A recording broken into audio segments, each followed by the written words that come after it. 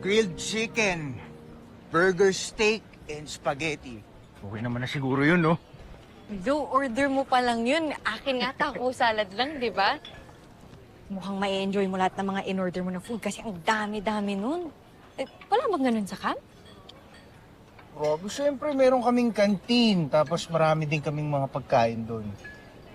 Alam mo kung ano yung kulang? Ano? Di ikaw. Ang galing-galing ng bola, ha? Alam mo, for sure, ikaw, ang dami-dami mo sigurong girls sa camp. Grabe, parang mas marami pa nga mga gadgets doon kaysa sa mga babae. Ha? Bakit? Ano bang itsura ng loob ng camp? Kasi alam mo, mula bata pa lang ako, pinangarap ko nang makita yung loob nun. Pero until now, hanggang labas lang ako ng camp. Alam mo, matutupad na yung pangarap ko na yan. Dadaling kita sa camp. Pwede ba ako dun? Oo naman. Basta kasama ako. Malakas ako dun. Tsaka, lakas ka sa akin eh. Promise yan, ha? Oo, promise.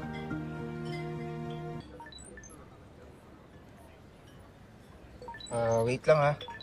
Kailangan ko sagutin to eh. Sige, balikan ko yung drinks natin. Hello, kuya. Oh, Malis ka na naman ng di nagpapaalam, ah.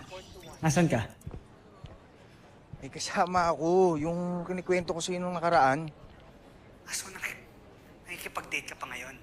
Big Bert, may training tayo. Huwag mong sayangin yung pagkamatay ni Mama, ha? Oo na, sige na. Just give me 2 hours, okay? What? Anong 2 hours? Bumalik ka na ngayon, ah. Hello? Masyadong malakas yung daming mga nag-scooter dito eh. Chappy ka, hello? Alam kong naririnig mo ako. Ngayon, kung hindi ka babalik, ire-report kita. I mean it. Okay, sige. Bye-bye. Uy, ready na yung drinks natin. Sino yun? Parang nagkainisan kayo, ah. Hindi, wala yun. Kapatid ko yun. Ganun lang talaga kami mag-usap. Huwag mo naintindihin yun. Balik tayo. Sige.